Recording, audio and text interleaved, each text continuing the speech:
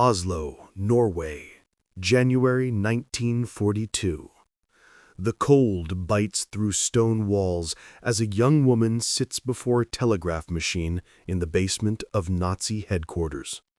Her name is Astrid Johansen, and her fingers dance across the Morse code keys with mechanical precision, transmitting Wehrmacht orders that will direct tanks, coordinate airstrikes, and control the machinery of occupation across Northern Europe.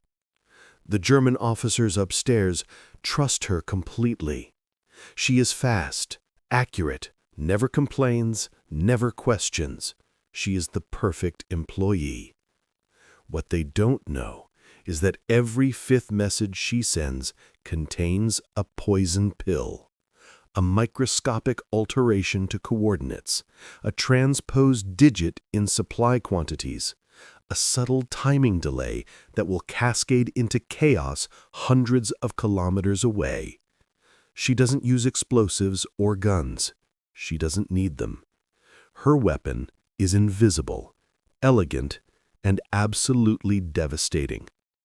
Over the next 18 months, Astrid will sabotage more than 10,000 Nazi communications, causing operational confusion that military historians would later estimate delayed German reinforcements by critical days during pivotal Eastern Front engagements. And she will do it all while sitting 3 meters below Gestapo interrogation rooms, surrounded by the enemy, one mistake away from torture and execution. This is her story. A 19-year-old woman walks through the snow-covered streets of occupied Oslo in the winter of 1942, her breath forming clouds in the Arctic air. Her name is Astrid Johansen, and she is about to clock in for another shift as a telegraph operator at Wehrmacht Northern Command headquarters. The German soldiers at the checkpoint wave her through without searching her bag. They know her face. They trust her. She has worked for them for 8 months, and in that time she has proven herself invaluable, fast, efficient, fluent in German, and blessed with the kind of photographic memory that allows her to process military communications without needing to write anything down. The Nazis believe she is motivated by survival, like so many Norwegians who collaborated simply to keep their families fed. They are catastrophically wrong. Astrid Johansen is a ghost, a resistance fighter who wages war not with bullets or bombs, but with the most subtle weapon ever deployed against the Third Reich, corrupted Morse code. Before we understand how she turned the enemy's communication system into a weapon, we need to go back to the moment she learned the truth about what collaboration really meant. Norway fell to Nazi invasion in April 1940, crushed under the weight of Operation Weserümbung in a campaign that lasted just 2 months. The Norwegian government fled to London, but the people remained, trapped under occupation. Unlike Poland or France, Norway's resistance was forced to operate with extreme caution. The population was small, scattered across vast distances, and the Nazi security apparatus was efficient and brutal. Public resistance meant public execution. Acts of sabotage triggered collective punishment, where entire villages paid for the actions of individuals. So the Norwegian resistance adapted. They went underground. They became invisible, and they learned to fight in ways the Germans couldn't detect. Astrid was 17 when the Nazis arrived in Oslo. She watched German soldiers march through streets where she had learned to ride a bicycle, where she had attended school, where her father had worked as a postal clerk before the war. Her father was arrested 3 weeks into the occupation for refusing to process Nazi identity papers. They took him to Greenie concentration camp, and he never came home. Her mother died 6 months later from pneumonia, weakened by grief and malnutrition. At 18, Astrid was alone in a city that had become a prison. She had one skill that kept her alive. She was one of the fastest telegraph operators in Norway, trained by her father, who had taught her Morse code as a child, turning the dots and dashes into a language as natural as speaking. When the Wehrmacht posted notices seeking Norwegian telegraph operators to handle the massive volume of military communications flowing through occupied Scandinavia, Astrid applied. The Germans were desperate for skilled operators. Their own personnel were stretched thin across conquered territories, and Morse code transmission required native-level language skills and split-second accuracy. They needed Norwegians, even if they didn't trust them. Astrid passed the screening. She spoke fluent German, had no resistance connections the Gestapo could identify, and demonstrated telegraph skills that impressed even the Wehrmacht's communications officers. They put her to work in the basement of their Oslo headquarters, surrounded by other Norwegian operators, all of them processing the endless stream of encrypted military traffic that kept the Nazi war machine functioning. For the first month, Astrid did exactly what they expected. She transmitted messages with perfect accuracy, worked long shifts without complaint, and kept her head down. She was studying, learning the patterns, understanding the flow of information. She discovered that Wehrmacht communications followed rigid protocols, specific formatting for coordinates, standardized abbreviations for military units, precise timing requirements for urgent messages. Everything was coded, but the structural elements remained consistent. And in that consistency, she saw opportunity. The Germans had built a system that depended on absolute precision. Any error, no matter how small, would propagate through the network, causing confusion and delays. But errors also triggered investigations, and investigations meant interrogations. Astrid needed a method that would corrupt data without appearing to be sabotage. She needed mistakes that looked like transmission errors, equipment glitches, atmospheric interference, the random noise that plagued all radio communications in that era. She spent weeks experimenting, testing tiny alterations during low-priority transmissions and monitoring whether anyone noticed. She learned that certain types of errors were invisible to supervisors but devastating to operations. A single transposed digit in a coordinate could send supplies to the wrong province. A delayed transmission of an urgent order could miss critical timing windows. A subtle alteration to unit designations could cause reinforcements to be directed to sectors that didn't need them. And because these errors appeared random, scattered across multiple operators and shifts, no one suspected systematic sabotage. Astrid became an agent of disorder. Her task was to liberate her country by interrupting the precise sequence of events that kept the German war machine moving. The breakthrough came in March 1942, when Astrid realized that human psychology was her greatest ally. The Wehrmacht communications officers who supervised the telegraph room were overwhelmed, processing hundreds of messages daily, monitoring multiple operators simultaneously, and working under enormous pressure to maintain the flow of information. They didn't have time to verify every transmission character by character. They relied on spot checks, random audits, and trust in their screened personnel. Astrid understood that if her sabotage remained statistically rare, one corrupted message for every dozen clean transmissions, it would fall below the threshold of detection. The errors would be attributed to operator fatigue, equipment degradation, or atmospheric interference. She also realized that timing was everything. Sabotaging routine supply requests caused minor inconvenience, but corrupting urgent tactical communications during active operations could change outcomes. So Astrid began memorizing the patterns of military activity. She learned to recognize when major operations were being planned based on the volume and urgency of communications traffic. She identified which units were engaged in critical missions based on the frequency of status reports, and when those crucial moments arrived, she struck with surgical precision. Her method was elegant in its simplicity. Wehrmacht encrypted messages followed a standardized format: header with routing information, body with encrypted content, footer with authentication codes. Astrid never touched the encrypted portions, which would have been immediately obvious. Instead, she manipulated the metadata, the coordinates, timestamps, priority indicators, and unit designations that surrounded the encrypted text. A coordinate of 59.9139 degrees north, 10.7522 degrees east, might become 59.9319 degrees north, 10.7522 degrees east. a transposition barely noticeable to the eye, but resulting in a location 15 kilometers away. A timestamp reading of 1430 might be transmitted as 1530, causing orders to arrive after the window for action had passed. A unit designation for the 196th Infantry Division might become 169th, directing resources to the wrong formation entirely. These alterations were microscopic, requiring only fractional second changes in her transmission rhythm. But their effects rippled outward like cracks in ice, propagating through the Wehrmacht's command structure and creating chaos that German officers attributed to the fog of war, rather than deliberate sabotage. The first major success came during a Wehrmacht operation to suppress resistance activity in northern Norway.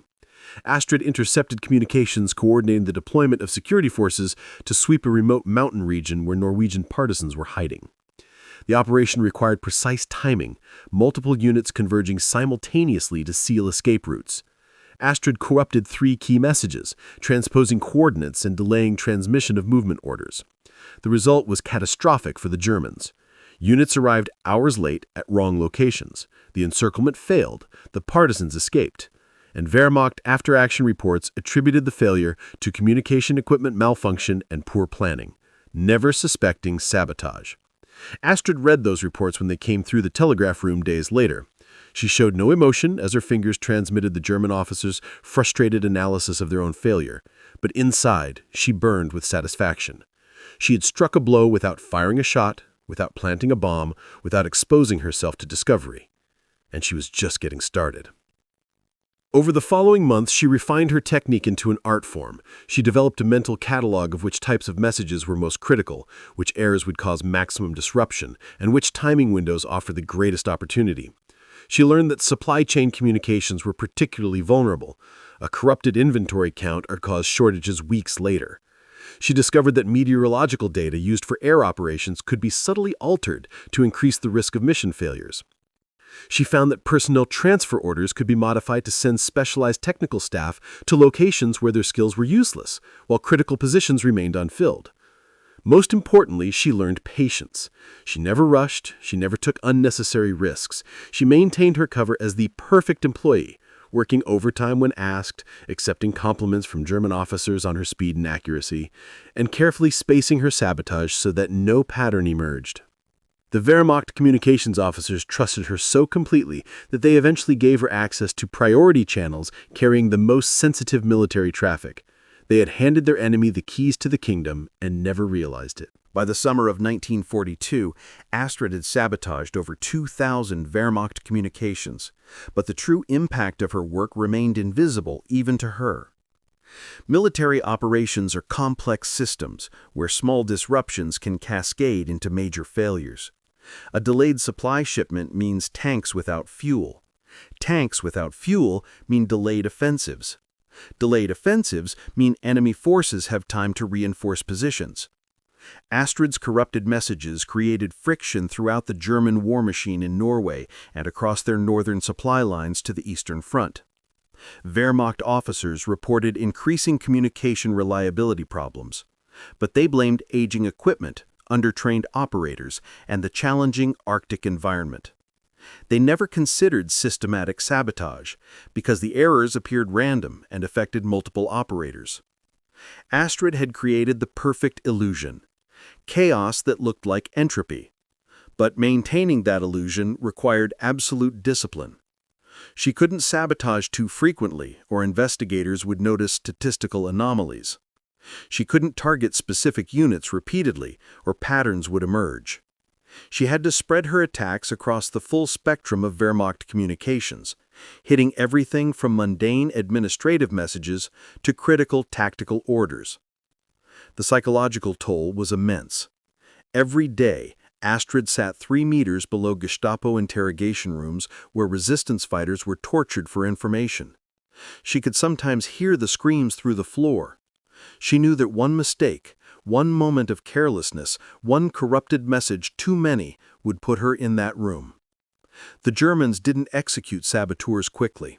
They extracted every piece of information first, using methods that left victims begging for death. Astrid lived with that knowledge every minute of every shift. But she also knew something that kept her going. She was winning. In small, invisible ways, she was disrupting the Nazi war machine. Every corrupted message was a victory. Every German operation that failed because supplies arrived at wrong coordinates was a triumph. Every day she survived was another day she could continue fighting. The war had taken everything from her, her parents, her city, her freedom, but it hadn't taken her ability to resist, and she would use that ability until they killed her or until Norway was free. The closest she came to discovery happened in October 1942. A particularly observant Wehrmacht signals officer noticed that communication errors seemed to spike during high-priority operations. He couldn't identify a pattern, but his instincts told him something was wrong. He ordered a comprehensive audit of all telegraph operators, requiring each one to transmit a series of test messages while supervisors verified every character. Astrid knew this was a trap. If she transmitted the test messages with perfect accuracy, she would pass the audit. But if she had been sabotaging messages during her normal shifts, the contrast between her test performance and her operational work might raise questions. She had to make a choice: demonstrate flawless capability and risk exposure through statistical analysis, or introduce errors into the test and risk appearing incompetent. She chose a third option. She transmitted the test messages with near-perfect accuracy, but introduced one small error: a timing delay of exactly 3 seconds on one transmission. When the supervisor questioned it, she claimed her equipment had momentarily malfunctioned, a known issue with aging telegraph keys. The supervisor accepted the explanation. Telegraph equipment in 1942 was notoriously unreliable, and a 3-second delay was well within normal parameters. Astrid had passed the audit by confirming their existing bias, that errors were caused by equipment, not operators. The investigation was closed, and she returned to her work with her cover intact. As 1943 began, the strategic situation in Norway was shifting. The tide of war was turning against Germany. The disaster at Stalingrad had shattered Wehrmacht confidence. Allied bombing campaigns were intensifying, and resistance movements across occupied Europe were growing bolder. In Norway, the underground resistance began coordinating with British intelligence, conducting sabotage operations against German infrastructure. The most famous was the raid on the Vemork heavy water plant, which crippled Nazi efforts to develop atomic weapons. But these spectacular operations also increased German paranoia and security measures. The Gestapo intensified their hunt for resistance members, conducting mass arrests and torturing suspects for information. Astrid knew her time was running out. The longer she operated, the higher the probability of discovery.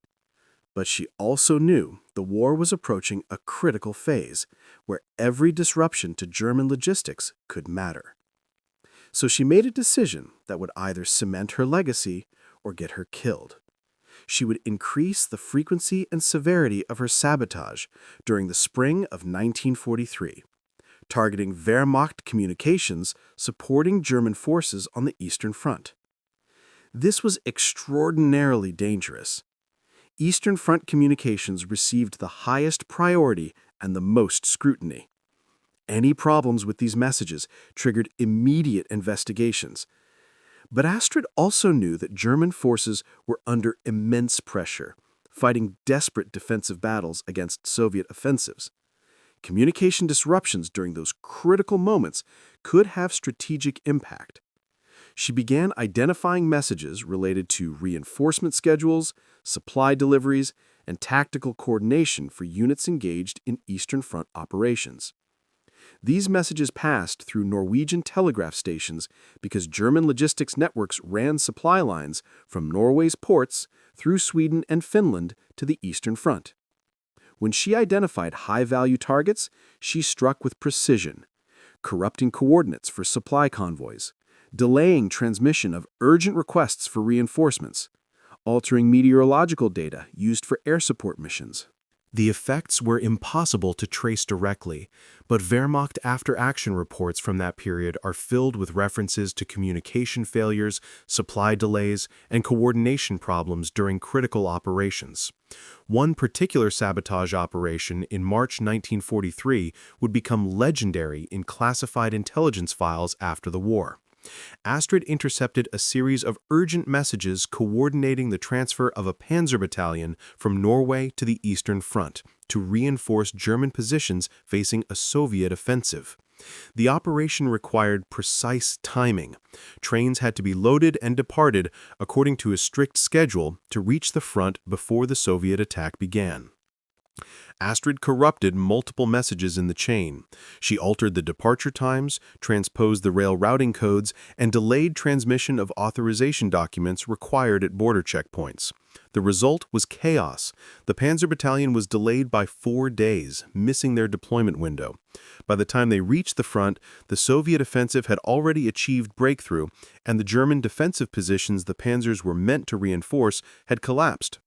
Wehrmacht officers blamed the delays on typical logistical problems: communication errors, bureaucratic inefficiency, the challenges of moving heavy equipment across long distances in winter. They never suspected that a Norwegian telegraph operator had deliberately orchestrated the entire fiasco. But the Gestapo was getting closer. The sheer volume of communication problems during spring 1943 had triggered another investigation, this time led by experienced counterintelligence officers who understood sabotage tradecraft. They began applying statistical analysis to communication errors, looking for patterns that might indicate deliberate action rather than random equipment failure. They interviewed operators under interrogation conditions, looking for signs of deception or resistance sympathies. And they started installing monitoring equipment that could record transmissions for later analysis. Astrid knew the walls were closing in. She could see the changes in security procedures, the increased supervision, the way Gestapo officers watched the telegraph room with calculating eyes. She had pushed her luck to its limits and beyond. One more sabotaged message might be the one that exposed her. One more corrupted coordinate might be the one that triggered her arrest. She made the decision that every resistance fighter eventually faces: when to stop, when the risk of discovery outweighs the value of continued operations. In May 1943, after 18 months of systematic sabotage against Wehrmacht communications, Astrid transmitted her last corrupted message. It was a small error, a transposed digit in a supply inventory that would cause minor confusion and nothing more. Then she went silent. She continued working in the telegraph room, transmitting messages with perfect accuracy, playing the role of loyal employee. But the sabotage stopped. She was done. What happened next would remain classified for 60 years. In June 1943, the Gestapo arrested a Norwegian resistance courier who, under torture, provided information about underground networks in Oslo. The investigation led to multiple safe houses, weapons caches, and eventually to a list of suspected collaborators and resistance sympathizers. Astrid's name wasn't on that list. She had operated with such perfect isolation that even the resistance didn't know she existed. But the increased Gestapo activity made her position untenable. The telegraph room was being watched constantly, operators were being followed home, and their activities monitored. One of her colleagues, a woman named Karen, who had never engaged in sabotage, was arrested simply because she fit a Gestapo profile of potential resistance sympathizers. Astrid knew she had to disappear before the net tightened further.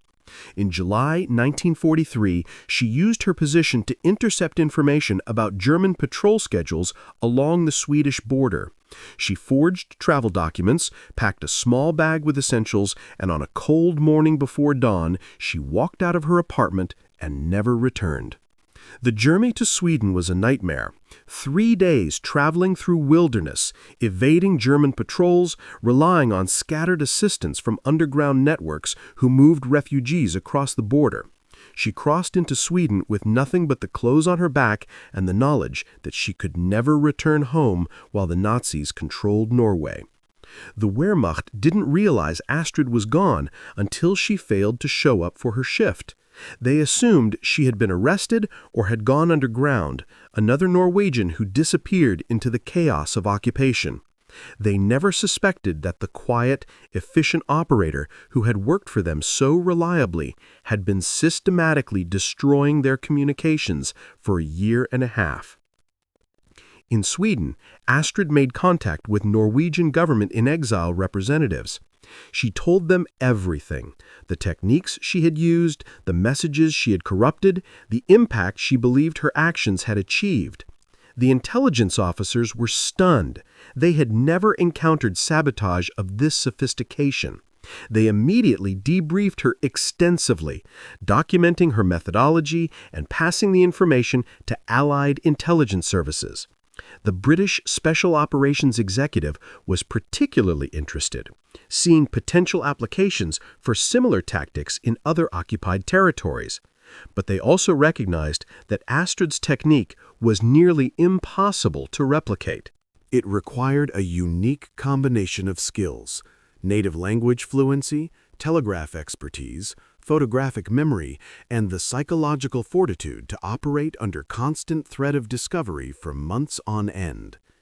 She was one of a kind, and her story needed to remain secret to protect operational security. For the remainder of the war, Astrid worked with Norwegian intelligence in Stockholm, training other operators and analyzing German communications. When Norway was liberated in May 1945, she returned to Oslo, walking through streets that were both familiar and foreign. The physical city remained, but everything else had changed.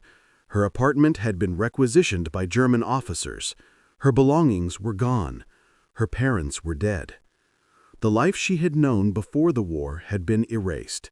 She'd tried to resume normal existence, finding work as a postal clerk like her father had been.